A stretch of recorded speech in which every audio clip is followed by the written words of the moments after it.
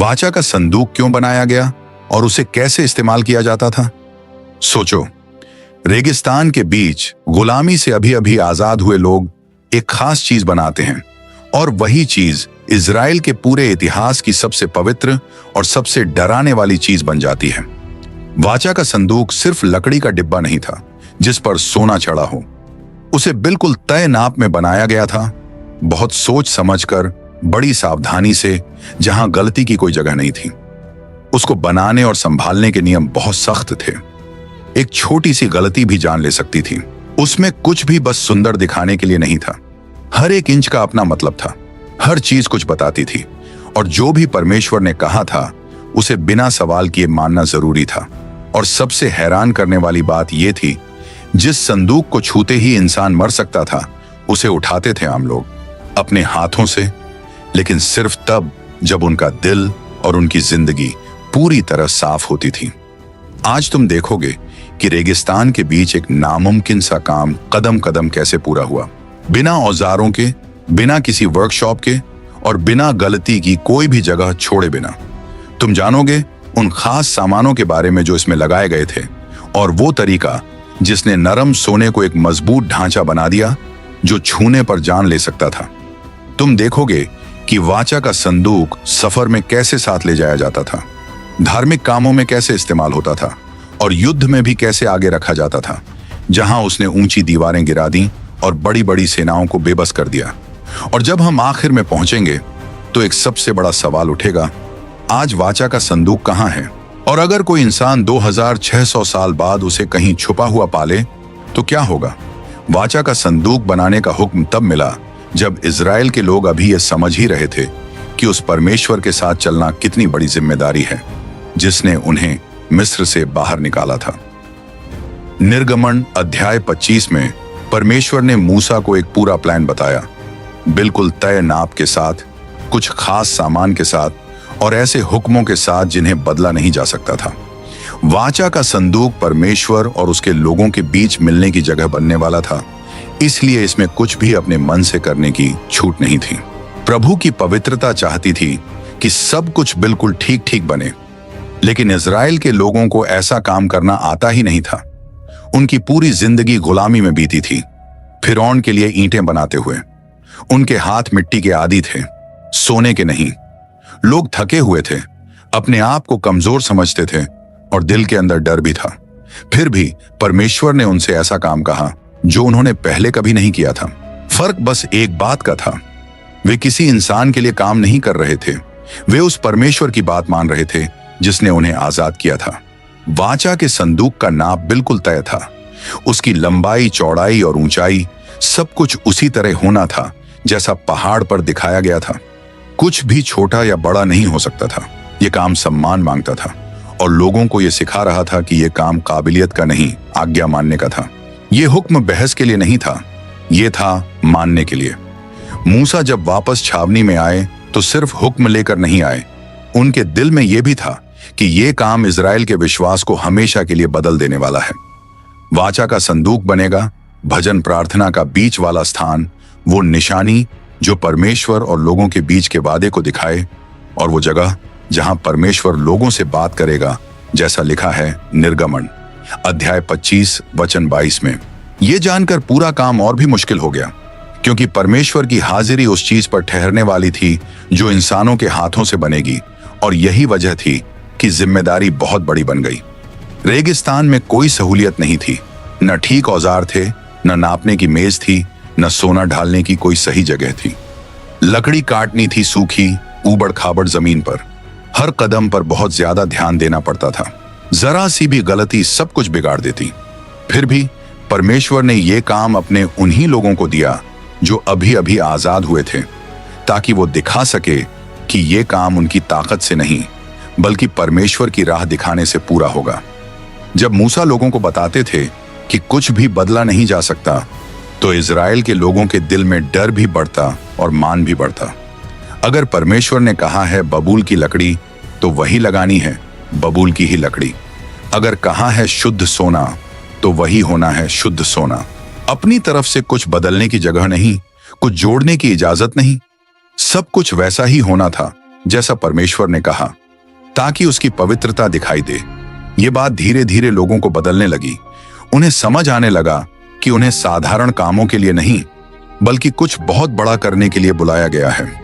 वाचा का संदूक इस बात की निशानी था कि परमेश्वर हर कदम पर उनके साथ चलता रहेगा। वाचा का संदूक बनाना सिर्फ हाथों की ताकत से होने वाला काम नहीं था। इसके लिए दिल में इज्जत और डर दोनों चाहिए थे। लोगों ने सीनै पहाड़ पर परमेश्वर की आवाज सुनी थी। उन्होंने देखा था कि पहाड़ कांप रहा था, आग जल रही थी, घना बादल छाया था और ऐसी आवाज गूंजी थी जिसे सुनकर सब लोग पीछे हट गए थे, जैसा निर्गमन अध्याय 20 में लिखा है।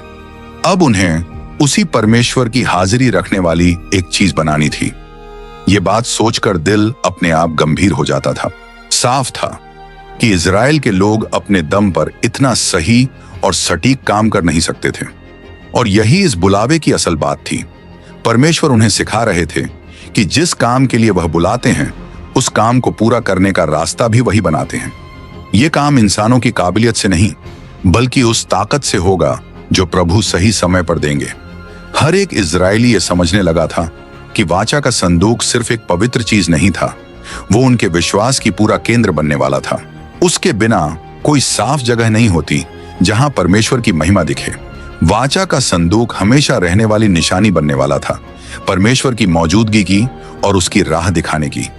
ये बात जब सबके दिल में बैठ गई तो पूरे डेरे में एक गंभीर माहौल बन गया। हर कोई जानता था कि इस काम को हल्के में नहीं लिया जा सकता। जैसे ही सब हुक्म बताए गए, मूसा समझ गए कि परमेश्वर ने पहले से ही किसी एक इंसान को इस बड़ी जिम्मेदारी के लिए तैयार कर रखा है। वो किसी की सिर्फ काबिलियत से नहीं, बल्कि परमेश्वर की दी हुई ताकत से चुना जाने वाला था। इजराइल को यह समझना था कि वाचा का संदूक बनाना लकड़ी या सोने से शुरू नहीं होता। यह शुरू होता है एक ऐसे दिल से जो परमेश्वर की बात मानने को तैयार हो और अपने आप को उसके इस्तेमाल के लिए दे दे। पूरा डेरा ध्यान लगाए बैठा था कि अब इस काम की जिम्मेदारी किसे मिलने वाली है। ऐसा इंसान चाहिए था जिसका दिल परमेश्वर को समझ सके, जिसके हाथ सही काम करना जानते हों और जिसके अंदर इतनी हिम्मत हो कि इतनी पवित्र चीज को संभाल सके। सब जानते थे कि जिसे चुना जाएगा उसके ऊपर परमेश्वर के सामने बहुत बड़ी जिम्मेदारी होगी। इस इंसान का चुना जाना यह दिखाने वाला था कि परमेश्वर सिर्फ हुक्म नहीं देता, वो हर काम के लिए खास इंसान को खड़ा भी करता है ताकि हर एक छोटी सी बात तक पूरी हो सके। ये बातें पूरा माहौल कुछ बहुत बड़ा होने के लिए तैयार कर रही थीं। ऐसा कुछ जो इस लोगों के इतिहास में गहरी छाप छोड़ने वाला था और ये दिखाने वाला था कि प्रभु की आत्मा सिर्फ योद्धाओं या नबियों में ही नहीं, बल्कि उन हाथों में भी चलती है जो चीजें बनाते हैं। जब इजराइल के लोग इस बुलावे को समझ रहे थे तो उनके दिल में कुछ नया जगने लगा। उन्हें समझ आया कि वाचा का संदूक बनाना सिर्फ एक आदेश नहीं था, ये एक बुलावा था, एक मौका कि वो देखें परमेश्वर उनके बीच कैसे काम करता है, उस काबिलियत के जरिए जो वह खुद एक चुने हुए इंसान पर डालने वाला था। माहौल तैयार था, बुलावा पहुंच चुका था और फिर परमेश्वर ने उस इंसान का नाम बताया जिसे ताकत मिलने वाली थी ताकि वो परमेश्वर की बातों को हाथों से बनने वाली सच्चाई बना सके। एक ऐसा इंसान जिसे लोग उसके नाम या ओहदे से नहीं, बल्कि उस काम से याद रखेंगे जो परमेश्वर उसके जरिए करेगा। ऐसा इंसान जिसका बुलावा इस पूरी कहानी का अगला कदम बनने वाला था, बसलेल और उसकी नामुमकिन सी लगने वाली मिशन। बसलेल की कहानी तभी शुरू होती है जब परमेश्वर खुद बताते हैं कि इस काम के लिए एक इंसान पहले से चुन लिया गया है। निर्गमन अध्याय 31 में प्रभु मूसा से कहते हैं कि उन्होंने बसलेल को उसके नाम से बुलाया है और उसे अपने आत्मा से भर दिया है। उसे दी गई है अक्ल, समझ, जानकारी और हर तरह की काबिलियत ताकि वो सोना, चांदी, कांसा, लकड़ी और पत्थरों पर काम कर सके। ये बात सुनते ही सब कुछ बदल जाता है। अब वाचा का संदूक किसी इंसान की अपनी काबिलियत पर नहीं, बल्कि परमेश्वर की दी हुई ताकत पर बनने वाला था। इजराइल ने इससे पहले ऐसा कभी नहीं देखा था। उससे पहले लोग बस ऐसे नेताओं को जानते थे जिन्हें परमेश्वर ने चुना था, जैसे मूसा और हारून। लेकिन अब प्रभु ये दिखा रहे थे कि उनकी आत्मा सिर्फ अगुओं को ही नहीं, बल्कि उन हाथों को भी ताकत देती है जो चीजें बनाते हैं। बसलेल का चुना जाना यह दिखाता था कि कोई भी काम अंदाजे से नहीं होगा। परमेश्वर उस पर ऐसी काबिलियत रख रहे थे जो कोई इंसान रेगिस्तान में अपने आप कभी नहीं सीख सकता। बसलेल कोई योद्धा नहीं था, ना ही किसी कबीले का नेता। वो बस लोगों में से एक आम आदमी था, हजारों में एक साधारण इंसान। लेकिन उसी पर ऐसी जिम्मेदारी आई जिसे इजराइल पीढ़ियों तक याद रखने वाला था। फर्क सिर्फ इस बात में था कि परमेश्वर ने उसके दिल के अंदर क्या किया था। उसकी अक्ल किताबों से नहीं आई, उसका हुनर किसी गुरु से नहीं आया, उसकी सटीकता सालों की मेहनत से नहीं आई। सब कुछ सीधे प्रभु की आत्मा से आया। बाइबल बताती है कि बसलेल को 4 बड़ी काबिलियत मिली। अक्ल, ताकि हर कदम सही समझ सके, समझ, ताकि छोटे छोटे कामों में भी गलती ना हो, जानकारी, ताकि पूरा काम ठीक से संभाल सके, और हुनर, ताकि हर चीज सुंदर और सही तरीके से बना सके। इन सब बातों ने दिखाया कि वाचा का संदूक ठीक वैसा ही बनेगा जैसा परमेश्वर ने चाहा, ना कि जैसा इंसान सोचता। आत्मा का यह काम यह भी दिखा रहा था कि यह सिर्फ हाथों का काम नहीं था, बल्कि लोगों की आज्ञा मानने की एक जिंदा निशानी था। बसलेल के साथ परमेश्वर ने ओलियाब और कुछ और हुनरमंद लोगों को भी खड़ा किया, लेकिन उन सब में सबसे बड़ी जिम्मेदारी बसलेल को मिली। वही सबसे पहले उस लकड़ी को छुएगा जिससे वाचा का संदूक बनेगा। वही सबसे पहले उस सोने को आकार देगा जो उस पर चढ़ेगा, और वही सबसे पहले परमेश्वर के दिए हुक्मों को हाथों से बनने वाली सच्चाई में बदलेगा। यह कोई छोटी इज्जत नहीं थी, यह एक बहुत बड़ा आत्मिक बोझ था जिसे सिर्फ परमेश्वर की आत्मा की दी हुई ताकत उठा सकती थी। बसलेल के ऊपर आत्मा की मौजूदगी ये तय करती थी कि कुछ भी जल्दबाजी में नहीं होगा। हर कट, हर नाप, हर मोड़, हर छोटी बड़ी बात, सब कुछ परमेश्वर की राह दिखाने से होगा। वाचा का संदूक परमेश्वर की मौजूदगी उठाने वाला था, इसलिए उसको बनाने का पूरा तरीका शुरू से आखिर तक एक ऐसे दिल को दिखाएगा जो मानने वाला हो और परमेश्वर की राह पर चलता हो। जो सटीकता चाहिए थी वो इंसानों की नहीं थी, वो उस परमेश्वर की पूर्णता की झलक थी जिसने ये काम करने को कहा था। बसलेल का बुलावा ये सिखाता है कि परमेश्वर हर खास काम के लिए खास इंसान को चुनता है। उसे किसी बड़े नाम की जरूरत नहीं थी, उसे चाहिए था एक ऐसा दिल जो उसकी बात माने, एक इंसान जो जिम्मेदारी उठाने को तैयार हो, ये जानते हुए भी कि ये काम सिर्फ मजबूत हाथों से नहीं होगा। इसके लिए चाहिए था दिल में डर और इज्जत, पूरी तरह परमेश्वर पर भरोसा और आत्मा की आवाज सुनने वाला दिल। बसलेल जानता था कि वो सिर्फ एक डिब्बा नहीं बना रहा है, वो उस जगह को तैयार कर रहा था जहां परमेश्वर इजराइल से मिलने वाला था। काम का हर कदम गहरे मतलब से भरा था। जो बबूल की लकड़ी वो आकार दे रहा था, वही बाद में उस जगह की नींव बनेगी जहां परमेश्वर का वचन रखा जाएगा। जो सोना वो हथौड़ी से गढ़ रहा था, वही उस चमक की वजह बनेगा जो परमेश्वर की शुद्ध मौजूदगी को दिखाएगा। यह सिर्फ कारीगरी नहीं थी, यह पवित्र सेवा थी। लोग बसलेल को ध्यान से देखते थे। वो कभी जल्दबाजी नहीं करता था, उसे खुद को दिखाने की जरूरत नहीं थी। उसका काम ही कहता था कि परमेश्वर ने उस पर कुछ ऐसा रखा है जिसकी नकल कोई नहीं कर सकता। उसका हर कदम भरोसा दिखाता था, उसका हर फैसला समझ दिखाता था, और हर छोटा काम ये बताता था कि आत्मा उसके हाथों को राह दिखा रही है। काम आगे बढ़ रहा था क्योंकि उसमें परमेश्वर खुद काम कर रहा था। ओलियाब और बाकी लोग बसलेल के साथ काम करते हुए उसी से सीख रहे थे। ये कोई स्कूल वाली पढ़ाई नहीं थी, ये देखकर सीखना था, एक ऐसे इंसान को देखकर जो आत्मा की राह पर चल रहा था। वे समझने लगे कि जिम्मेदारी सिर्फ आखिरी नतीजे में नहीं, बल्कि काम के हर एक हिस्से में होती है। पवित्रता चाहती थी कि हर बात में सच्चाई बनी रहे। कुछ भी बस काम निपटाने के लिए नहीं किया जा सकता था, सब कुछ परमेश्वर के हुक्म पर जवाब बनकर किया जाना था। बसलेल का चुना जाना यह भी दिखाता था कि परमेश्वर नम्र दिल से सेवा करने वालों की कद्र करता है। बसलेल नाम या शोहरत नहीं चाहता था, वो बस परमेश्वर की बात मानना चाहता था। यही दिल उसे इस काम के लिए सबसे सही इंसान बनाता था। उसका तरीका लोगों को सिखाता था कि परमेश्वर की सेवा का मतलब याद किया जाना नहीं, बल्कि परमेश्वर की बात पर सच्चा रहना है। जैसे जैसे काम आगे बढ़ा, डेरे में सबने देखना शुरू किया कि आत्मा की ताकत से नामुमकिन बातें भी मुमकिन हो जाती हैं। लोग भरोसा करने लगे क्योंकि वे कुछ ऐसा देख रहे थे जो उन्होंने कभी नहीं देखा था। एक आम इंसान एक बहुत बड़ा और खास काम कर रहा था। बसलेल ताकत से नहीं चमक रहा था, न अगुवाई से, न रसूख से। वो चमक रहा था उस अनुग्रह से जो परमेश्वर ने उस पर रखा था। उसकी जिंदगी ये साबित कर रही थी कि परमेश्वर जिसे चाहता है उसे चुनता है, और जिसे चुनता है उसे ताकत भी देता है। इजराइल के लोग अब समझने लगे थे कि वाचा का संदूक बनाना सिर्फ महंगे सामान पर नहीं, बल्कि उससे भी ज्यादा कीमती बात पर टिका है, हर फैसले में आत्मा की मौजूदगी पर। लोग देख रहे थे कि परमेश्वर इंसानों से पूरी तरह परफेक्ट होने की उम्मीद नहीं करता। वो खुद अपनी परफेक्टता देता है एक ऐसे इंसान के जरिए जो उसकी बात मानने को तैयार हो। बसलेल को मिली काबिलियत लोगों के लिए एक जिंदा याद बन गई थी कि परमेश्वर अपने काम के हर छोटे हिस्से में मौजूद रहता है। जैसे उसने वाचा का संदूक बनाने वाले को रास्ता दिखाया, वैसे ही वो जरूरी सामान मिलने का रास्ता भी दिखाने वाला था। और अब यही रेगिस्तान में लोगों के सामने अगली चुनौती बनने वाली थी। एक ऐसी चुनौती जो सिर्फ सामान मिलने की नहीं, बल्कि परमेश्वर के मकसद को दिखाने वाली थी। रेगिस्तान में नामुमकिन से लगने वाले सामान, सोना, बबूल की लकड़ी, बैंगनी रंग का कपड़ा और मिस्र के कीमती कपड़े। जो काम परमेश्वर ने बसलेल को दिया था, उसके लिए ऐसे सामान चाहिए थे जिनके बारे में कोई सोच भी नहीं सकता था कि वे रेगिस्तान में मिलेंगे। फिर भी मिस्र से निकलने के पहले दिन से ही परमेश्वर ने सब कुछ पहले से तैयार कर रखा था।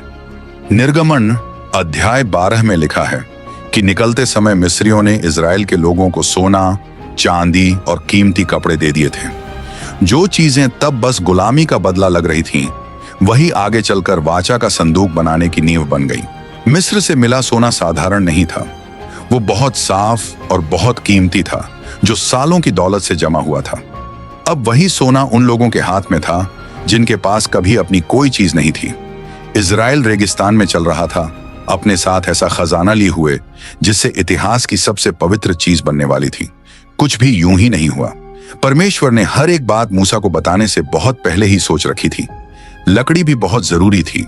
बबूल की लकड़ी चुनना सिर्फ काम के लिए नहीं था, बल्कि आत्मिक वजह से भी था।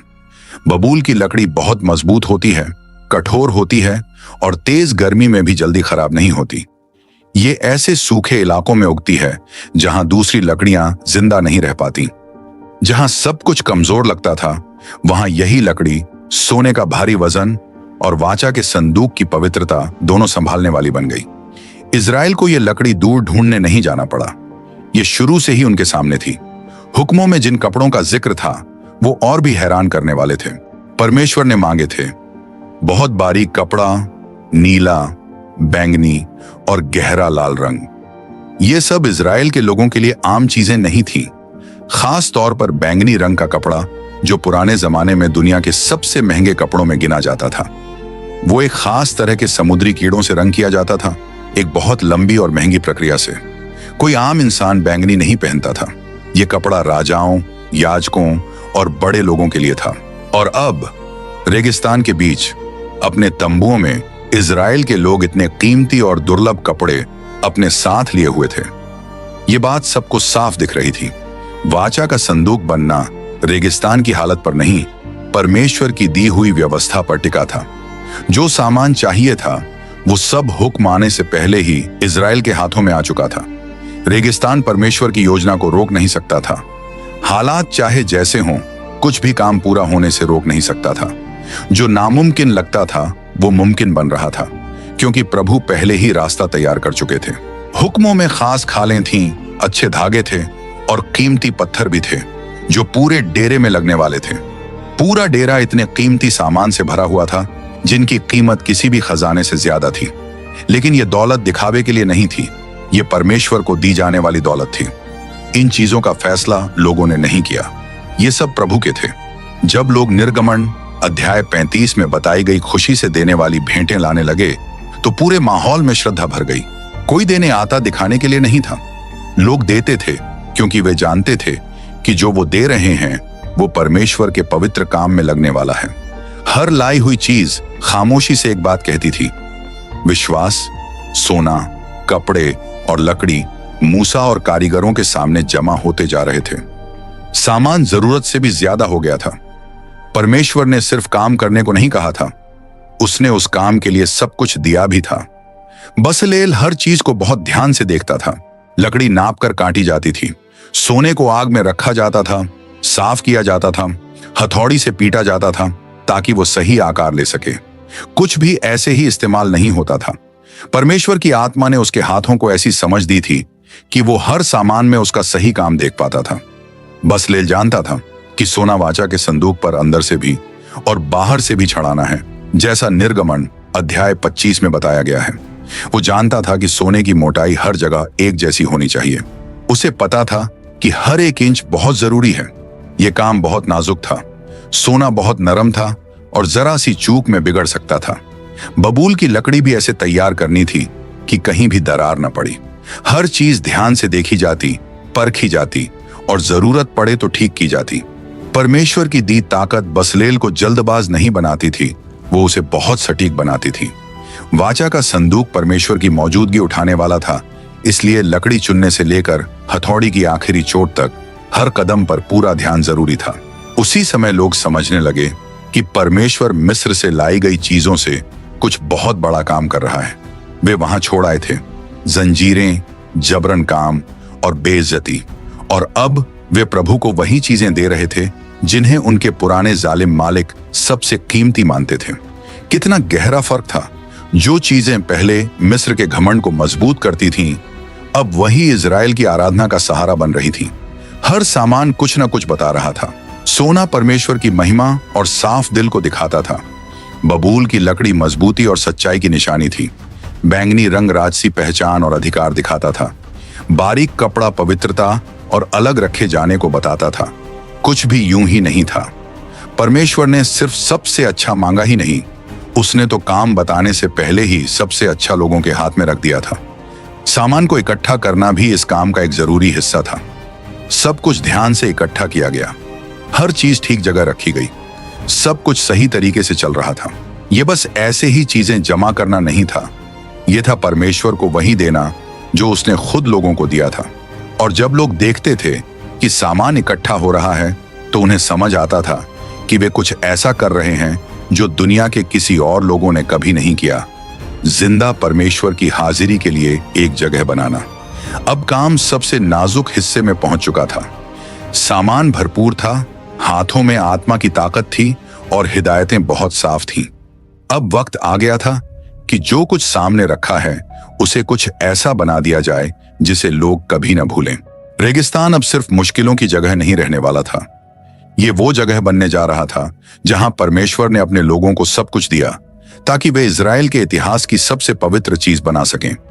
सामान इकट्ठा हो चुका था। सब हुक्म बिल्कुल साफ थे।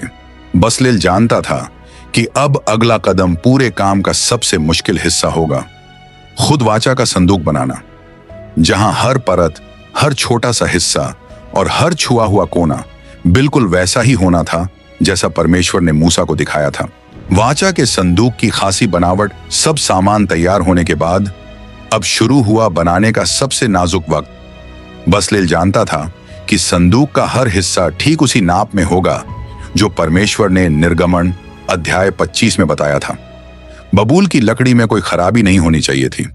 उसकी सतह एकदम चिकनी, मजबूत और पूरी तरह सीधी होनी चाहिए थी। वाचा का संदूक परमेश्वर और इजराइल के बीच मिलने की जगह बनने वाला था, इसीलिए हर छोटा सा काम भी बहुत जरूरी था। सबसे पहले लकड़ी का ढांचा बनाया गया। बबूल की लकड़ी बहुत सही तरीके से काटी जाती थी। हर एक तख्ती लगाने से पहले बसलेल खुद उसे ध्यान से देखता था। अगर कहीं जरा सी भी खराबी दिखती तो वो तख्ती लगा ही नहीं जाती थी।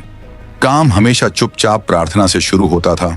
कोई दिखावे की रस्म नहीं, बस ये मानकर कि ये काम परमेश्वर की राह दिखाने से ही आगे बढ़ेगा।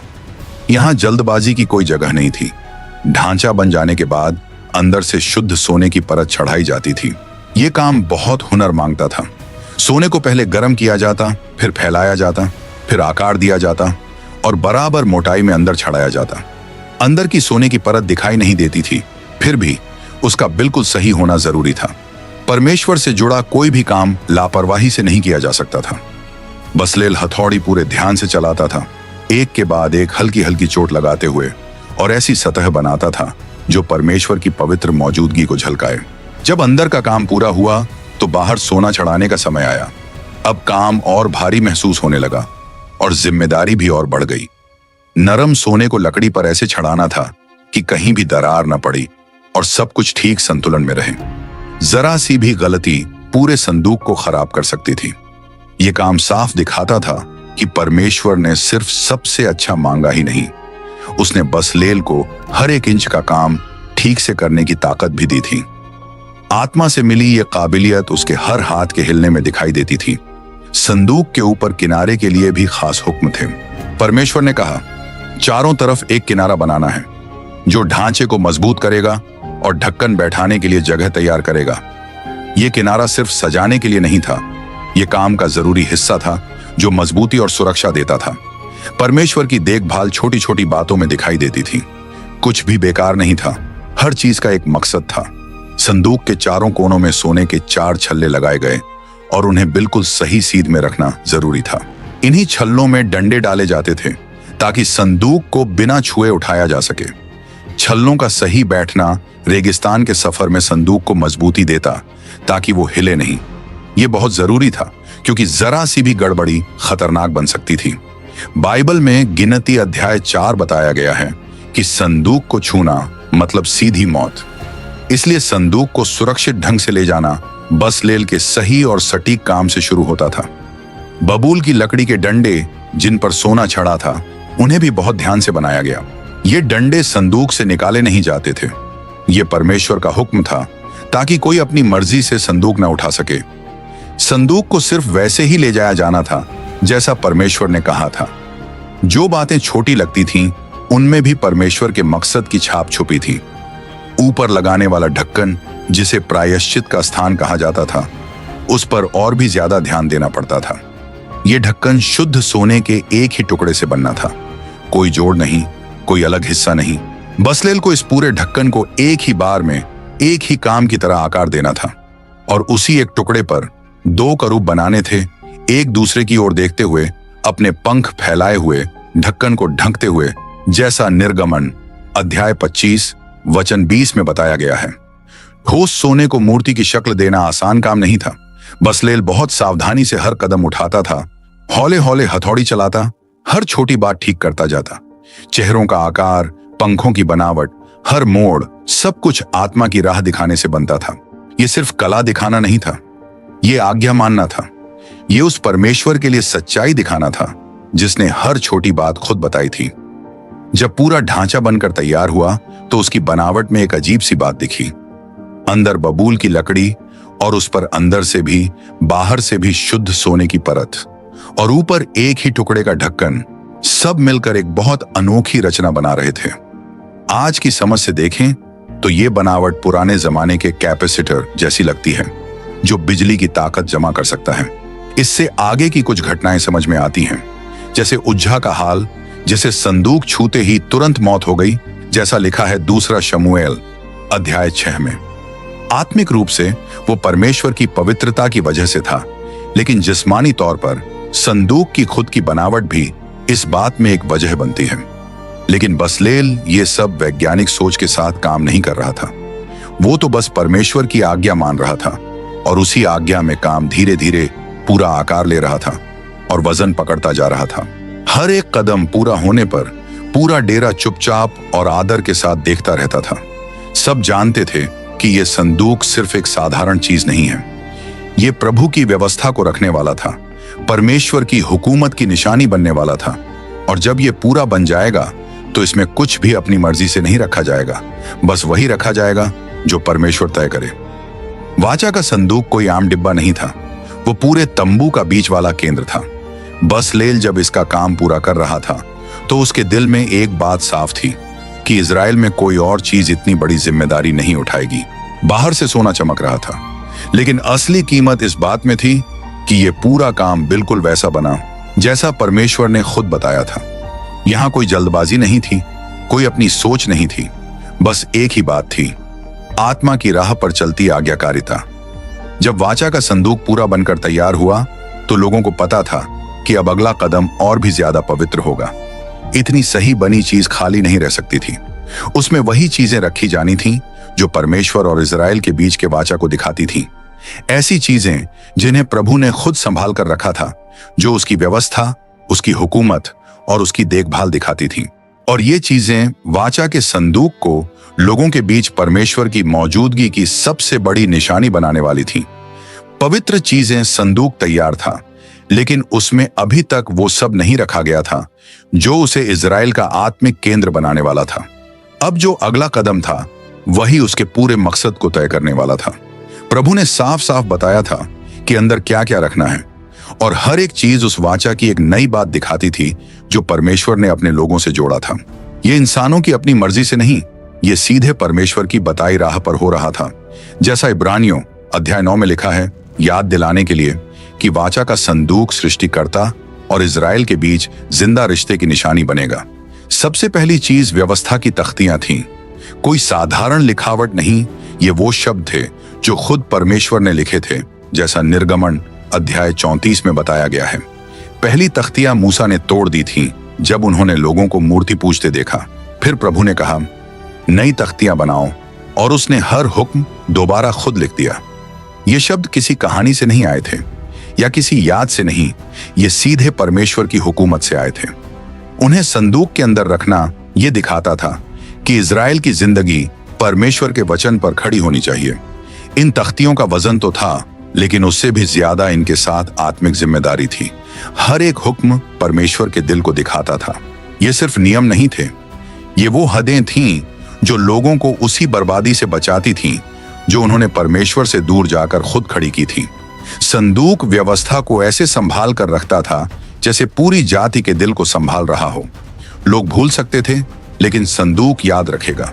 वचन वहां सुरक्षित रहेगा, कभी ना छुआ जाने वाला और कभी ना बदलने वाला। दूसरी चीज थी हारून की लाठी। गिनती अध्याय 17 में बताया गया है, जब लोगों ने याजक की अगुवाई पर सवाल उठाए तो परमेश्वर ने उस बगावत का जवाब दिया। 12 लाठियां प्रभु के सामने रखी गईं।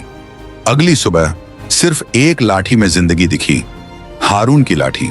सिर्फ कली ही नहीं निकली, उसमें फूल आए और पके हुए बादाम भी लगे। ये निशानी सबको साफ बता रही थी कि याजकाई के लिए परमेश्वर ने किसे चुना है। उस लाठी को संदूक में रखना यह दिखाता था कि परमेश्वर अपनी हुकूमत यूं ही किसी को नहीं देता, वो पहले खुद साफ निशानी देता है। वो लाठी सिर्फ लीडर बनने की निशानी नहीं थी, वो ये भी दिखाती थी कि परमेश्वर उसे जिंदा कर देता है जो सबको सूखा और बेकार लगता है। सूखी लकड़ी फिर से हरी हो गई, रंग आ गया और उस पर फल आने लगे। इजराइल को यह बात हमेशा याद रखनी थी।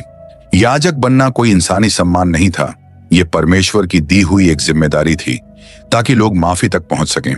याजकाई का मतलब था कि कोई लोगों के लिए दुआ करे, और संदूक में रखी वो लाठी ये याद दिलाती थी कि यह सेवा परमेश्वर की पसंद से होती है, किसी की चाहत या लालच से नहीं। तीसरी चीज थी मन्ना, जो रेगिस्तान में परमेश्वर की देखभाल की सच्ची गवाही था। निर्गमन अध्याय 16 में लिखा है कि अगर मन्ना परमेश्वर के बताए तरीके से बाहर रखा जाए तो वो जल्दी सड़ जाता था, लेकिन जो मन्ना संदूक के अंदर रखा गया वो खराब नहीं हुआ, वो सही सलामत बना रहा। इससे ये समझ में आता था कि परमेश्वर सिर्फ देता ही नहीं, वो संभालता भी है। ये परवरिश कोई बीते समय की याद भर नहीं थी, ये उसकी रोज रोज की देखभाल का सबूत थी। इजराइल को जानना था कि प्रभु ने उन्हें रेगिस्तान में अकेला छोड़ने के लिए नहीं, बल्कि उन्हें उस पर भरोसा करना सिखाने के लिए लाया था। संदूक में रखा मन्ना यह बताता था कि जिंदगी सिर्फ इंसान की मेहनत से नहीं, बल्कि परमेश्वर पर भरोसा करने से चलती है।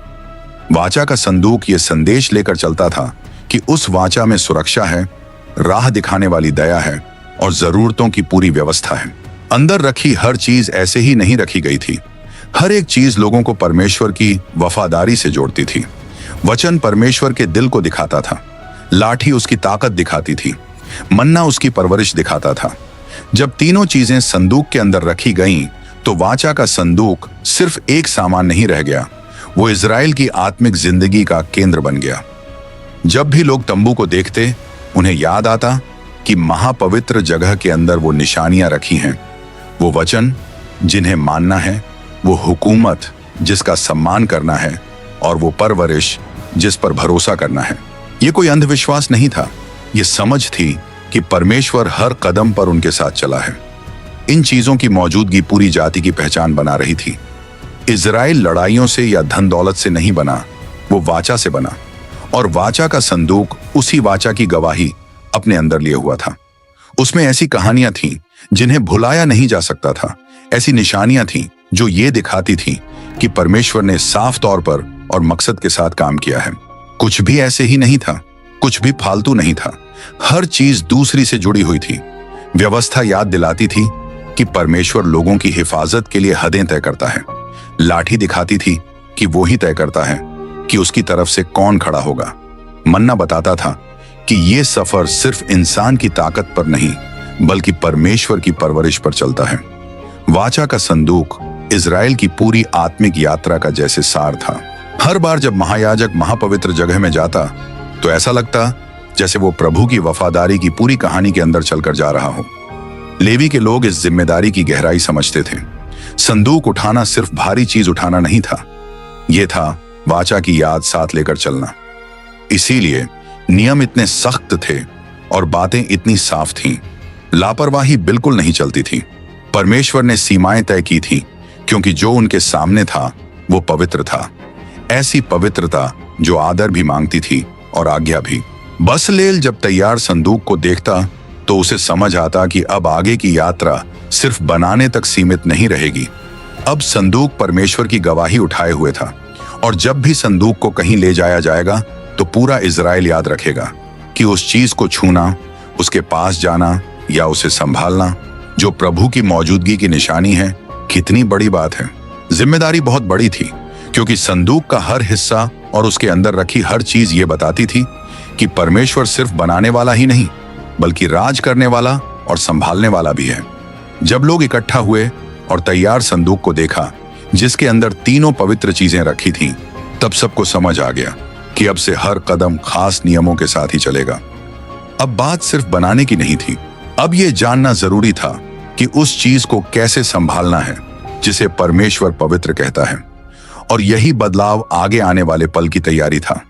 वो दिन जब संदूक ने बात की।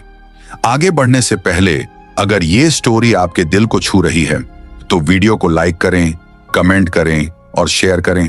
चैनल को सब्सक्राइब करें। वाचा का संदूक सिर्फ उठाकर ले जाई जाने वाली एक चीज नहीं था और न ही सिर्फ परमेश्वर की मौजूदगी की निशानी। कुछ खास मौकों पर, जैसा बाइबल में साफ लिखा है, परमेश्वर ने करूबों के बीच से ढक्कन के ऊपर से सीधे बात की, जैसा निर्गमन अध्याय 25 वचन 22 में बताया गया है। इस वजह से तंबू धरती की सबसे पवित्र जगह बन गया और ढक्कन वो जगह बना जहां परमेश्वर की पूरी पवित्रता और इंसान की कमजोरी आमने सामने मिलती थी। ये सीधी बातचीत सबके सामने नहीं होती थी, ये मुलाकात सिर्फ मूसा के साथ होती थी। परमेश्वर खुद बोलता था, साफ आवाज में, ऐसे कि सुना जा सके और बिना किसी बीच वाले के। ढक्कन सिर्फ सोने की एक परत नहीं था, वो वही जगह थी जहां परमेश्वर की दया दिखाई देती थी। प्रायश्चित के दिन जो खून छिड़का जाता था वो न्याय को ढक देता था ताकि परमेश्वर की आवाज सुनाई दे और दुआ करने वाला झल कर न मिट जाए। वाचा का संदूक किसी पूजा की वस्तु नहीं था, लेकिन वही परमेश्वर और इंसान के मिलने की असली जगह था। जब मूसा महापवित्र जगह में दाखिल होता तो ढक्कन के ऊपर बसने वाली मौजूदगी उसे जवाब देती, राह दिखाती और जरूरी सुधार बताती। गिनती अध्याय 7 वचन 89 में लिखा है कि मूसा प्रभु की आवाज ढक्कन के ऊपर से बोलते हुए सुनता था। इससे साफ हो जाता है कि यह कोई भावना या कल्पना नहीं थी, ये सच में सीधी बातचीत थी। ये बात और भी खास इसलिए थी क्योंकि मूसा परमेश्वर को देखता नहीं था, वो सिर्फ उसकी आवाज सुनता था। और वही नजदीकी मूसा के हर फैसले को राह दिखाती थी जब वो लोगों की अगुवाई करता था। इजराइल के पास ऐसा अगुवा था जो सीधे उसी परमेश्वर से हिदायतें लेता था जिसने उन्हें मिस्र से निकालकर आजाद किया था। आसपास की कोई भी जाति ऐसा कुछ कभी नहीं देखी थी। पुराने जमाने के लोग खामोश मूर्तियों की पूजा करते थे, लेकिन इजराइल एक जिंदा परमेश्वर के पीछे चलता था जो बोलता था, समझाता था और रास्ता दिखाता था।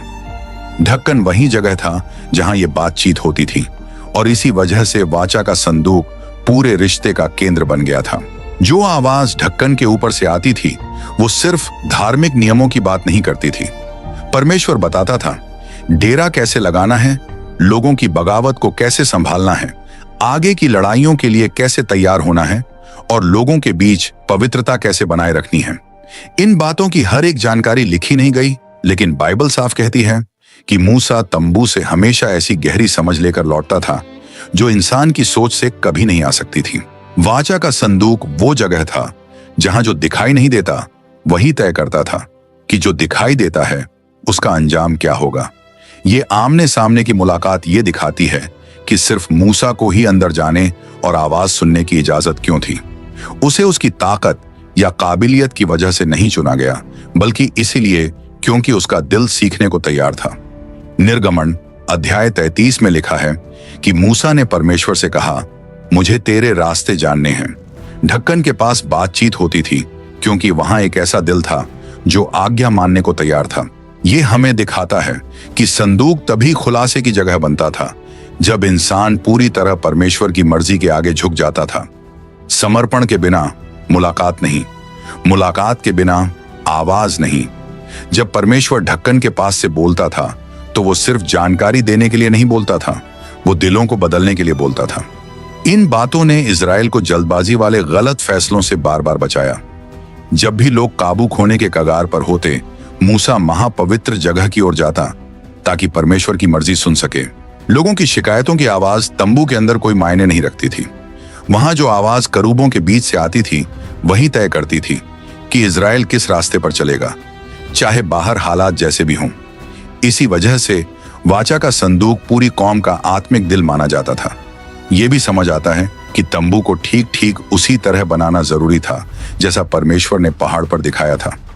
अगर कोई चीज अपनी जगह से हिल जाती तो उस जगह को नुकसान होता जहां परमेश्वर खुद प्रकट होना चाहता था। महापवित्र जगह न बहुत बड़ी थी न ज्यादा सजी हुई। सब कुछ सरल था, सीधा था और सारा ध्यान सिर्फ ढक्कन पर था। इजराइल बड़ी बड़ी इमारतों पर नहीं बल्कि उस मौजूदगी पर ध्यान देता था जो करूबों के बीच रहती थी। ये बात सिखाती है कि महिमा दिखावे से नहीं आती बल्कि आज्ञा मानने से आती है। कभी कभी ऐसा भी होता था कि परमेश्वर सिर्फ रास्ता बताने के लिए नहीं बोलता बल्कि लोगों के पाप सुधारने के लिए भी बोलता। जब लोगों ने सोने का बछड़ा बना लिया तब मूसा और परमेश्वर की जो बात हुई उसी ढक्कन पर उसने पूरी कौम की कहानी बदल दी। बाइबल में निर्गमन 32 में लिखा है कि मूसा ने लोगों के लिए गिड़गिड़ा कर दुआ की और परमेश्वर ने उसकी बात सुनी। इससे हमें समझ आता है कि संदूक से आने वाली आवाज सिर्फ हुक्म देने वाली आवाज नहीं थी, वह दया से भरी आवाज भी थी। संदूक न्याय की गवाही देता था, लेकिन उस दया की भी गवाही देता था जो परमेश्वर अपने लोगों पर दिखाता है। लेव्य व्यवस्था 16 में बताया गया है, प्रायश्चित के दिन ढक्कन पर खून छिड़का जाता था जो यह दिखाता था कि वह पाप जो इंसान को परमेश्वर से दूर कर देता है अब ढक दिया गया है। इससे रास्ता खुल जाता था कि इंसान की कमजोरी के बावजूद परमेश्वर अब भी बोल सके। सादे शब्दों में ढक्कन वह जगह बन गया जहां परमेश्वर दया दिखाने का फैसला करता था, और यह सब किसी बड़ी बात की ओर इशारा करता था। एक ऐसी बात जिसे इजराइल उस समय पूरी तरह नहीं समझ पाया, लेकिन सदियों बाद वह बात सबके सामने साफ दिखाई देने वाली थी। करूबों के बीच से आने वाली वो आवाज असल में यीशु के आने की झलक थी। बाइबल बताती है वचन इंसान बन गया और हमारे बीच रहने लगा। पहले आवाज पवित्र जगह के अंदर से आती थी, अब वही आवाज यीशु की जिंदगी में दिखाई दी। यीशु बन गए परमेश्वर और इंसान के बीच मिलने की सही जगह। जो सोने का ढक्कन था वो बस तैयारी थी एक जिंदा ढक्कन के आने की। संदूक बताता था कि पवित्रता के लिए खून चाहिए। यीशु ने दिखाया कि वही पवित्रता अपने ही खून से रास्ता बना देती है। जब मंदिर टूटा और संदूक गायब हुआ तो आवाज खत्म नहीं हुई, वो बस नई जगह पर चली गई, यीशु में। इब्रानियों 9 कहता है कि यीशु स्वर्ग की पवित्र जगह में गए, किसी जानवर का खून लेकर नहीं बल्कि अपना ही खून लेकर। अब परमेश्वर और इंसान की बातें हमेशा के लिए यीशु के जरिए खुल चुकी हैं। संदूक की चुप्पी छोड़े जाने की निशानी नहीं थी, ये एक बदलाव था। जो परमेश्वर पहले करूबों के बीच से बोलते थे, अब वही परमेश्वर अपने आत्मा के जरिए उनके दिल में बोलने लगे जो उन्हें सच्चे मन से खोजते थे। और यही बात हमें आखिरी रहस्य तक ले जाती है। जो आवाज पीढ़ियों तक इस्राएल को संभालती रही, अब वही आवाज दुनिया को तैयार कर रही थी उस पल के लिए जब संदूक इतिहास से गायब हो जाएगा। लेकिन वो कोई खाली जगह छोड़कर नहीं जाएगा, बल्कि एक बुलावा दे जाएगा, एक ऐसे मकसद को समझने का जो अब सामने आने वाला था। अब कहानी जाती है संदूक के रोज के इस्तेमाल की तरफ। और उनसे जुड़े खतरनाक नियमों की तरफ। संदूक में पहले ही वाचा की 3 निशानियां रखी थीं, लेकिन अब सबसे नाजुक सवाल खड़ा हुआ, इतनी पवित्र चीज को लोग बिना मरे कैसे उठा सकते हैं? परमेश्वर ने इसका साफ जवाब दिया। गिनती की किताब अध्याय 4 में लिखा है, सिर्फ कोहात के परिवार के लेवी लोग ही संदूक उठाने के लिए चुने गए थे। इसलिए नहीं कि वे दूसरों से बड़े थे, बल्कि इसलिए कि परमेश्वर ने उन्हें इसी खास काम के लिए अलग किया था। इन नियमों से जरा सा भी हटना तुरंत खतरनाक नतीजे लेकर आता, क्योंकि जहां परमेश्वर की पवित्रता हो वहां लापरवाही की कोई जगह नहीं होती। लेवी लोग जानते थे कि संदूक कोई साधारण चीज नहीं है। उसे वैसे नहीं छुआ जा सकता जैसे रोज की चीजों को छूते हैं। जब भी संदूक को कहीं ले जाना होता, उससे पहले कई दिनों की तैयारी होती। वे पानी से नहाते, उस पानी में लाल गाय की राख मिलाई जाती, जैसा कि गिनती अध्याय 19 में लिखा है। यह सिर्फ रस्म नहीं थी, यह याद दिलाने का तरीका था कि परमेश्वर पवित्र है। वे उपवास रखते, प्रार्थना करते और अपने दिल को तैयार करते। हर एक कदम उन्हें यह समझाता था कि संदूक उठाना किसी एक इंसान का काम नहीं, पूरी जाति की जिम्मेदारी है। संदूक को छूने से पहले याजक अंदर जाते। वे उस पर्दे से संदूक को ढक देते जो पवित्र जगह को बाकी तंबू से अलग करता था। फिर वे उस पर समुद्री जानवर की खाल बिछाते और उसके ऊपर नीला कपड़ा डालते। ये सारी व्यवस्था गिनती अध्याय 4 में साफ साफ लिखी है। सब कुछ जैसे परमेश्वर ने कहा था वैसे ही किया जाता था, क्योंकि जहां परमेश्वर की मौजूदगी हो वहां लापरवाही की कोई जगह नहीं होती। 3 परत की ढकावट होती थी जो लोगों को सुरक्षित रखती थी और किसी को भी संदूक को सीधे देखने नहीं देती थी, क्योंकि ऐसा देखने से मौत भी हो सकती थी। फिर उसके बाद संदूक के दोनों तरफ लगी छोटी अंगूठियों में छड़ें डाली जाती थीं। ये छड़ें कभी निकाली नहीं जाती थी, जैसा बाइबल में निर्गमन अध्याय 25 में बताया गया है। संदूक को उठाकर ले जाने का बस यही एक तरीका था। कोई भी इंसान अपने हाथ से संदूक को सीधे नहीं छू सकता था। इंसान का छूना परमेश्वर की पवित्रता के सामने बड़ी बेअदबी मानी जाती थी। ये नियम सीधा था, पर बिल्कुल पक्का। छड़ें लगने के बाद 4 लेवी लोग आते थे, 2 इधर 2 उधर। वे संदूक को अपने कंधों पर उठाते थे और फिर चल पड़ते थे, एक साथ ताल मिलाकर, हर कदम सोच समझ कर रखते हुए। न कोई जल्दी होती थी, न ध्यान भटकाने की कोई जगह। संदूक हिलना नहीं चाहिए था, झटका नहीं लगना चाहिए था, झुकना नहीं चाहिए था और गिरना तो कभी भी नहीं होना चाहिए था। पूरी भीड़ एकदम शांत खड़ी थी। सब समझ रहे थे कि ये पल बहुत गंभीर है, मजाक जैसा नहीं। ये नियम सख्त लगते थे, लेकिन असल में लोगों को सुरक्षित रखने के लिए थे। प्रभु ने कुछ हदें तय की थी ताकि लोग समझें कि उनकी मौजूदगी को अपनी मर्जी से छुआ या चलाया नहीं जा सकता। जब ये नियम माने गए तो इस्राएल सुरक्षित आगे बढ़ा, और जब इन्हें नजरअंदाज किया गया तो उसके बुरे नतीजे सामने आए। सबसे बड़ी घटना कई साल बाद हुई, राजा दाऊद के समय में, जैसा कि 2 शमूएल अध्याय 6 में लिखा है। संदूक को यरूशलेम वापस लाया जा रहा था, लेकिन इस बार उसे एक नई गाड़ी पर रख दिया गया जिसे बैल खींच रहे थे। देखने में यह तरीका आसान लग रहा था, लेकिन यह परमेश्वर के बताए नियमों के खिलाफ था। प्रभु ने कभी नहीं कहा था कि संदूक को गाड़ी पर ले जाओ। संदूक को हमेशा लेवी लोगों के कंधों पर ही उठाया जाता था। फिर अचानक बैल लड़खड़ा गए और संदूक हिल गया। उज्जा जो पास में चल रहा था, उसने हाथ बढ़ाया ताकि संदूक को थाम ले। उसका इरादा बुरा नहीं था, वह सिर्फ मदद करना चाहता था, लेकिन उसने सीधे उस नियम को तोड़ दिया कि संदूक को छूना नहीं है। जैसे ही उसका हाथ उस पवित्र संदूक से लगा, उसी पल वह जमीन पर गिर पड़ा और उसी वक्त उसकी मौत हो गई। बाइबल में लिखा है कि उस वक्त प्रभु को उस पर बहुत गुस्सा आया। यह घटना हमें बताती है कि सिर्फ अच्छा दिल होना परमेश्वर की पवित्रता को हल्का नहीं बनाता। दाऊद बहुत डर गया, लोग भी अंदर तक हिल गए। वो पल ये नहीं दिखाता कि परमेश्वर कठोर है, बल्कि ये दिखाता है कि उनका वादा कितना गंभीर है। परमेश्वर ने पहले से साफ बताया था कि संदूक के साथ कैसा बर्ताव होना चाहिए। गलती करना भले ही बुरे मन से ना हो, फिर भी उसके नतीजे आते हैं। परमेश्वर की मौजूदगी को अपनी मर्जी से चलाया नहीं जा सकता और न ही लापरवाही से उसके साथ व्यवहार किया जा सकता है। उज्जा की घटना ने लोगों की सोच बदल दी। संदूक के लिए जो डर और सम्मान होना चाहिए था, वो फिर से लौट आया। दाऊद ने याजकों और लेवी लोगों को बुलाया ताकि प्रभु की बताई बातें ठीक से समझी जाएं। और ये जाना जाए कि गलती कहां हुई थी। एक इतिहास अध्याय 15 में राजा दाऊद खुद मानता है कि गलती इसलिए हुई क्योंकि संदूक को लेवी लोग नहीं उठा रहे थे, जैसा कि परमेश्वर ने कहा था। जब यह गलती ठीक की गई तभी जाकर संदूक को सुरक्षित तरीके से यरूशलेम ले जाया गया। इस बात से लोगों ने यह सीखा कि परमेश्वर अपनी मौजूदगी से मुंह नहीं मोड़ते, लेकिन चाहते हैं कि उसको पूरे सम्मान से माना जाए। संदूक सिर्फ पुराने वादे की याद नहीं था, यह इस बात का निशान भी था कि प्रभु अपने लोगों के साथ चल रहे हैं। लेकिन लोगों को भी प्रभु की बताई राह पर चलना पड़ता था। पवित्रता से समझौता नहीं किया जा सकता था। आज्ञा मानना ही इस्राएल को बेपरवाही से बचाता था। लेवी लोग संदूक उठाते समय यह महसूस करते थे कि इसमें एक गहरी जिम्मेदारी जुड़ी हुई है। हर कदम उन्हें याद दिलाता था कि वे परमेश्वर की मौजूदगी के निशान के साथ चल रहे हैं।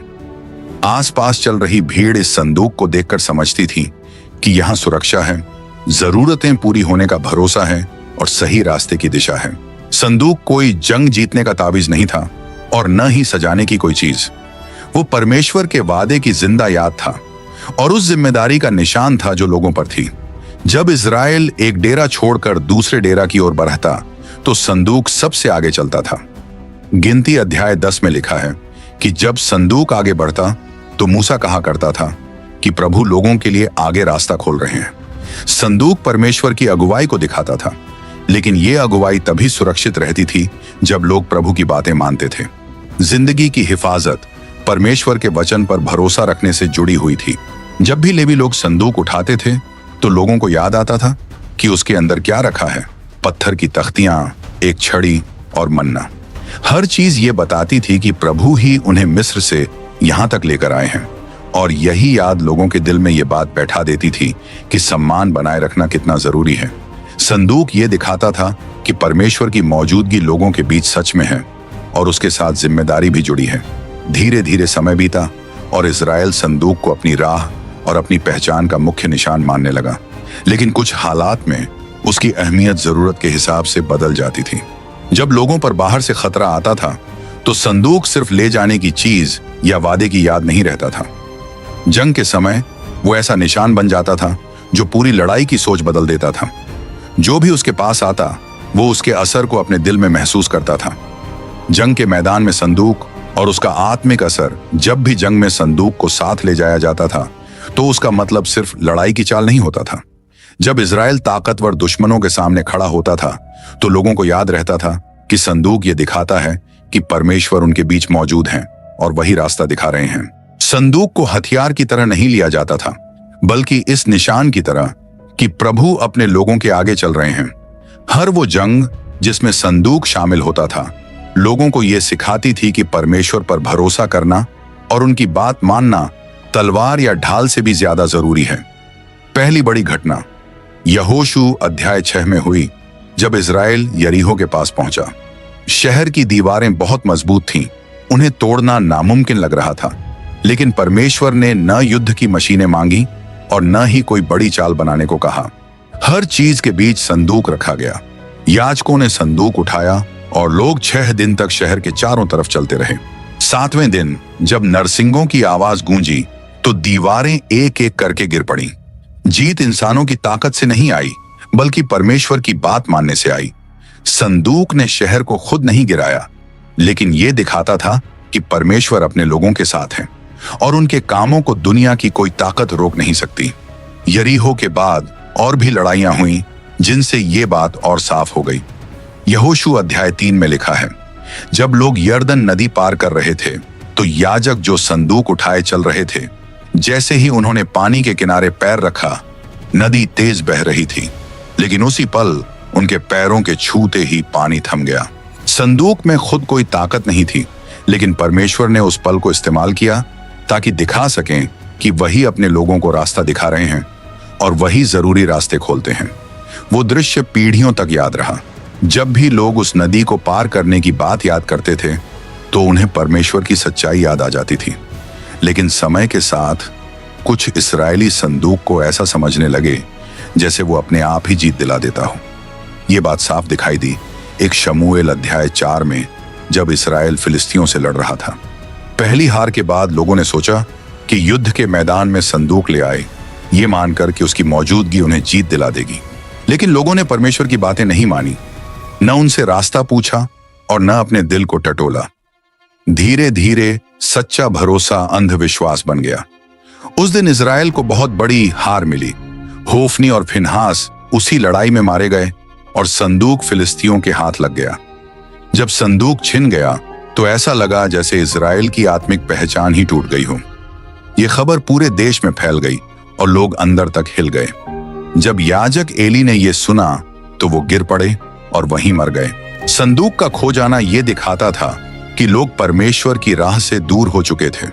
लेकिन इजराइल से दूर होने के बाद भी प्रभु ने साबित कर दिया कि उनकी मौजूदगी किसी एक चीज में बंदी नहीं है। संदूक फिलिस्तियों के लिए फायदा नहीं बना, बल्कि मुसीबत बन गया। परमेश्वर ने दिखा दिया कि उन्हें कोई भी देश काबू में नहीं कर सकता। फिलिस्ती लोग संदूक उठाकर दागोन के मंदिर में ले गए। उन्हें लगा कि उन्होंने इजराइल के परमेश्वर को काबू में कर लिया है। लेकिन अगले दिन उन्होंने देखा कि दागोन की मूर्ति संदूक के सामने गिरी पड़ी है। उन्होंने उस मूर्ति को फिर से खड़ा किया। अगले ही दिन वो फिर गिर गई। इस बार उसका सिर और हाथ टूटे पड़े थे। ये बात एक शमूएल अध्याय 5 में लिखी है। संदेश साफ था कि परमेश्वर अपनी महिमा किसी और देवता के साथ बांटते नहीं हैं। संदूक कोई जंग जीतने की निशानी नहीं था, वो परमेश्वर की मौजूदगी का सबूत था। इसके बाद जहां जहां संदूक गया वहां बीमारी फैलने लगी। पहले अशदोद, फिर गात और फिर एक्रोन। हर जगह बदलने पर लोगों की परेशानी और बढ़ती गई। तब फिलिस्तियों को समझ आ गया कि ये चीज उनके काबू में नहीं है। इसलिए उन्होंने तय किया कि संदूक वापस भेज दिया जाए। लेकिन वो अभी भी एक निशान चाहते थे, ताकि पूरा यकीन हो जाए कि जो परेशानी उन पर आई है वो सच में प्रभु की तरफ से ही है। उन्होंने संदूक को एक गाड़ी पर रखा जिसे ऐसी गायें खींच रही थीं जिन्होंने कभी पहले गाड़ी नहीं खींची थी। उन्होंने सोचा, अगर वो गायें सीधे इजराइल की तरफ चलीं तो ये सबूत होगा कि ये काम परमेश्वर ही कर रहे हैं। और बिल्कुल वैसा ही हुआ। जब संदूक इजराइल वापस पहुंचा तो पूरा देश खुशी से झूम उठा। लेकिन बेत शेमेश के कुछ लोगों ने बहुत बड़ी गलती कर दी। उन्होंने परमेश्वर की बात नहीं मानी और संदूक के अंदर झांक लिया। इस गलती की वजह से कई लोग मर गए। इस घटना ने एक बार फिर दिखा दिया कि संदूक को पूरे सम्मान के साथ मानना जरूरी है। वो सिर्फ जिज्ञासा की चीज नहीं था, वो परमेश्वर की पवित्रता का निशान था। संदूक की वापसी खुशी भी लेकर आई और सोचने का मौका भी। उस समय ने लोगों को यह सिखाया कि भरोसा करना और आज्ञा मानना दोनों को साथ साथ रखना जरूरी है। संदूक ये बताता था कि परमेश्वर अपने लोगों के साथ हैं, लेकिन उनकी मौजूदगी को अपनी मर्जी से चलाया नहीं जा सकता। जब इस्राएल परमेश्वर की बात मानता था तो जीत मिलती थी, और जब नहीं मानता था तो नतीजे भी आते थे। संदूक प्रभु की हिफाजत भी दिखाता था और उनकी सख्ती भी। समय के साथ राजा दाऊद समझ गया कि भरोसा करना और आज्ञा मानना दोनों साथ चलने चाहिए। वह संदूक को यरूशलेम लाना चाहता था, लेकिन जानता था कि यह काम परमेश्वर की बताई बातों के अनुसार ही करना होगा। पहले जो गलती हुई थी उससे सीख लेकर दाऊद ने लेवी लोगों को बुलाया, परमेश्वर की बातें फिर से पढ़ी और पूरे काम को उसी तरह तैयार किया जैसा प्रभु ने कहा था।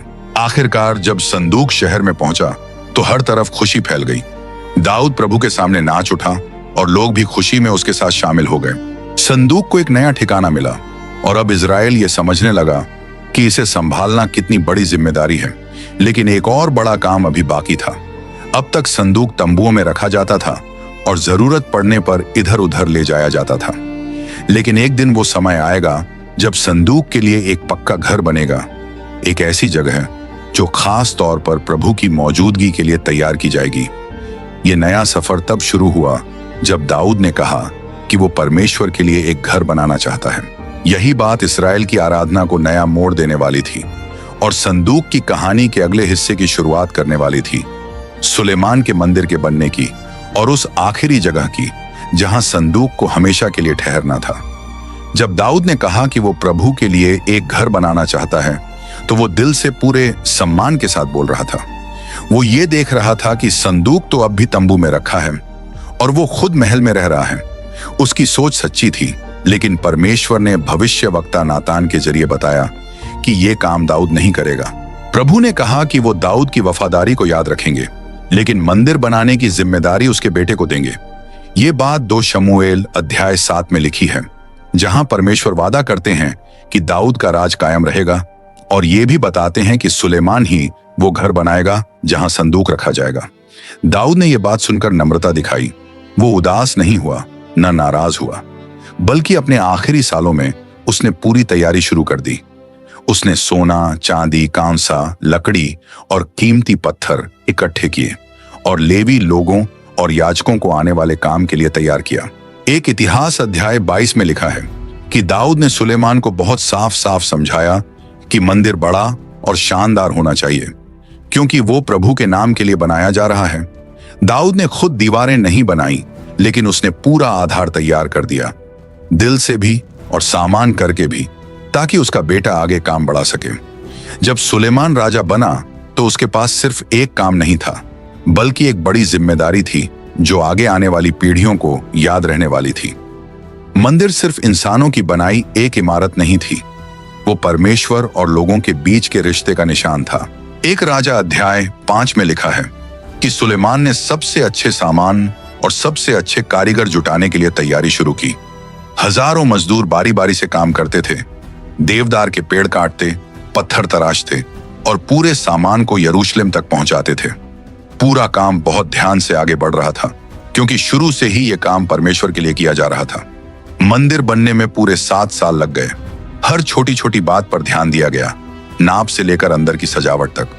बगल में कमरे बने, ऊंचे ऊंचे खंभे खड़े किए गए, दीवारों पर सोना चढ़ाया गया और हर जगह सुंदर नक्काशी की गई। कुछ भी ज्यादा नहीं था, कुछ भी बेकार नहीं था, सब कुछ सम्मान दिखाने के लिए था। मंदिर ये बताता था कि इस्राएल परमेश्वर की महानता को दिल से मानता है और यह भी समझता है कि संदूक को संभालना एक बड़ी जिम्मेदारी है, सिर्फ किसी पवित्र चीज की तरह नहीं, बल्कि परमेश्वर की मौजूदगी के निशान की तरह। जब मंदिर पूरी तरह बनकर तैयार हो गया तो सबसे खास पल आया। अब संदूक को उसकी आखिरी जगह पर, सबसे पवित्र कमरे में ले जाना था। सुलेमान ने बुजुर्गों, याजकों और लेवी लोगों को बुलाया। लोग पूरे सम्मान के साथ पास आने लगे। 2 इतिहास अध्याय 5 में लिखा है कि वहां बहुत बड़ी सभा हुई। शुद्ध किए गए याजकों ने संदूक को छुड़ियों से उठाया, बिल्कुल वैसा ही जैसा मूसा ने बताया था। कुछ भी मन से नहीं किया गया, सब कुछ परमेश्वर के बताए हुए तरीके से ही हुआ। लेवी लोग झांझ, वीणा और दूसरे बाजे बजा रहे थे। याजक नरसिंगे फूंक रहे थे। ये आराधना कोई दिखावा नहीं थी, ये दिल से सब कुछ सौंपने का पल था। संदूक को सबसे पवित्र कमरे में खरूबों के पंखों के नीचे रखा गया और फिर कुछ ऐसा हुआ जो इजराइल के इतिहास में हमेशा याद रहेगा। प्रभु की महिमा पूरे मंदिर में भर गई। एक घना बादल छा गया, इतना गहरा कि याजक खड़े होकर सेवा भी नहीं कर पाए।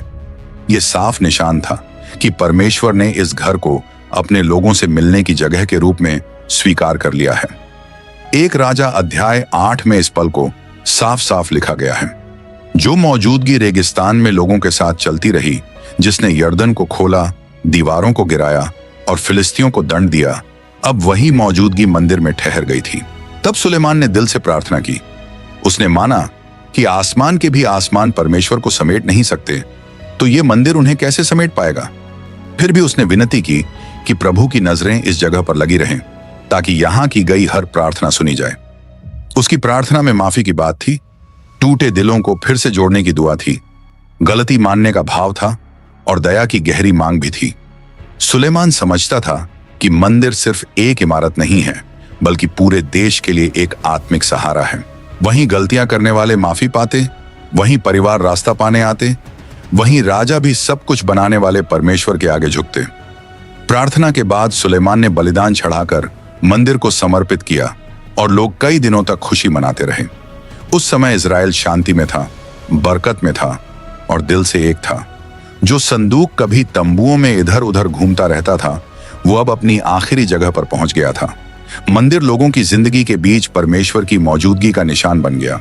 जो याजक सेवा के लिए अंदर जाता, जो इजरायली उस तरफ मुंह करके प्रार्थना करता और जो त्योहार आंगन में मनाया जाता, सब ये याद दिलाते थे कि संदूक सिर्फ एक कहानी नहीं, बल्कि इस्राएल के विश्वास का जिंदा सच है।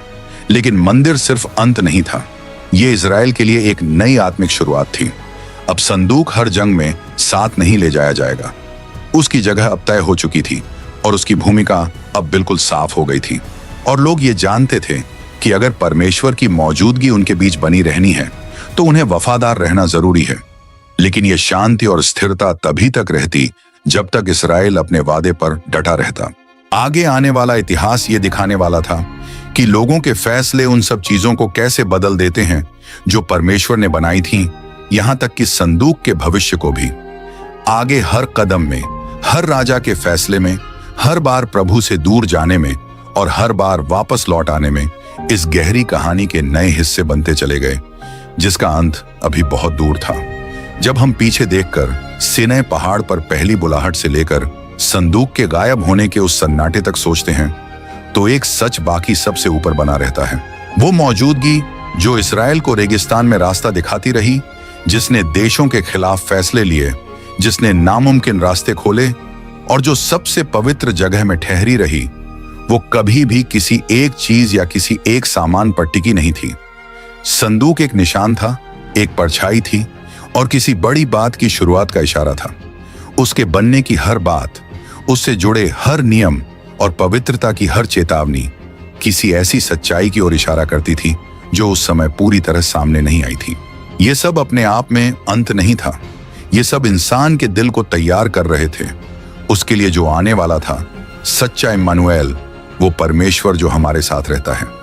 इस कहानी की सुंदरता यह है कि जब मसीह आए तो उन्होंने सिर्फ नियमों को पूरा नहीं किया, बल्कि वो खुद पिता परमेश्वर तक पहुंचने का रास्ता बन गए।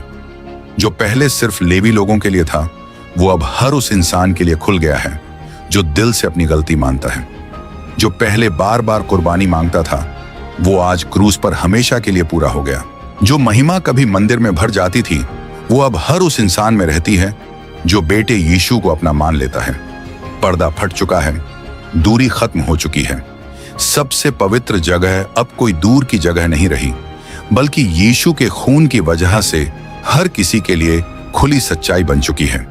और इसलिए संदूक बाइबल की कहानी से धीरे धीरे गायब हो जाती है, क्योंकि उसका काम उसी वक्त पूरा हो गया जब यीशु ने वो सब पूरा कर दिया जिसका वह निशान थी। और इन सारी बातों के बीच एक सवाल बहुत दिल से निकलता है। अगर परमेश्वर ने इंसान के पास आने के लिए सब कुछ कर दिया, तो आज आपको उनके पास आने से कौन रोक रहा है? कोई नहीं, सिर्फ आपका अपना दिल। जो कहानी हमने सुनी है वो सिर्फ पुरानी बातें नहीं हैं, या कोई ज्ञान की बात नहीं, या सिर्फ जिज्ञासा भी नहीं। वो एक बुलावा है, एक प्यार से की गई याद दिलाने वाली बात कि वही मौजूदगी जो इज़राइल के साथ चली थी, आज भी जिंदगियां बदलने के लिए तैयार है। कोई फर्क नहीं पड़ता कोई कितना दूर चला गया हो, कोई फर्क नहीं पड़ता कितनी गलती हुई हो, कितना बोझ दिल में हो, कितनी बार गिरावट आई हो। मसीह वो हैं जो वादा पूरा करते हैं, जो थके हुए दिल को आराम देते हैं, जो अपनी जरूरत मानने वालों को माफी देते हैं और जो नई शुरुआत देते हैं। ऐसी शुरुआत जो इंसान अपने दम पर कभी नहीं कर सकता। और शायद ये सुनते सुनते आपके अंदर भी कुछ जाग उठा हो। शायद आपने अपने दिल में ये बात महसूस की हो कि इज़राइल की तरह आप भी परमेश्वर के आसपास तो चलते रहे, लेकिन दिल पूरा उन्हें नहीं दिया। शायद आप रास्ता जानते थे, लेकिन दूसरी चीजों को उस जगह बैठने दिया जो सिर्फ प्रभु की है। या हो सकता है आज पहली बार सब कुछ साफ साफ समझ आ रहा हो। पहली बार आप महसूस कर रहे हो कि क्रूस सिर्फ कहानी नहीं, सिर्फ बात नहीं, बल्कि प्यार से खोल दिया गया एक खुला दरवाजा है। इसलिए दिल से, पूरे सम्मान के साथ ये एक सच्चा बुलावा है। क्या आप यीशु मसीह के पास फिर से लौटना चाहते हैं, कुछ समय दूर रहने के बाद? या क्या आज ही एक नई शुरुआत करना चाहते हैं, हमेशा की जिंदगी की राह पर चलने के लिए? दिल खोलिए और कमेंट में लिखिए, मुझे स्वीकार करें प्रभु यीशु, आप ही मेरे एकमात्र और पूरे प्रभु और उद्धारकर्ता हैं। और अगर आपने पहले ही अपनी जिंदगी मसीह को दे दी है तो कमेंट में आमीन लिखिए, ताकि ये बात और लोगों तक पहुंच सके। हर आमीन एक बीज जैसा होता है जो फैलता है और वहां उम्मीद ले जाता है जहां अक्सर बस खामोशी होती है। वही परमेश्वर जिसने इज़राइल को रास्ता दिखाया, जिसने मूसा से बात की, जिसने बसालेल को चुना, जिसने दीवारें गिरा दी और जो तब भी वफादार रहा जब लोग चूकते रहे, वो आज आपके दिल को संभाले। मसीह आपकी जिंदा संदूक बने, आपकी हमेशा साथ रहने वाली मौजूदगी, आपका सुरक्षित सहारा। पवित्र आत्मा आप कदमों को रोशन करे और आपके फैसलों को मजबूत बनाए। और ये कहानी जो बहुत पुरानी है फिर भी आज बिल्कुल सच्ची लगती है, आपको ये याद दिलाती रहे कि सबसे बड़ा रहस्य ये नहीं है कि संदूक कहाँ है, बल्कि ये है कि अब परमेश्वर की सच्ची रहने की जगह आपका दिल है। वो आपको आपके नाम से बुलाते हैं। वो आज भी जिंदगी बदलते हैं। वो आज भी खोई चीज को फिर से जोड़ देते हैं।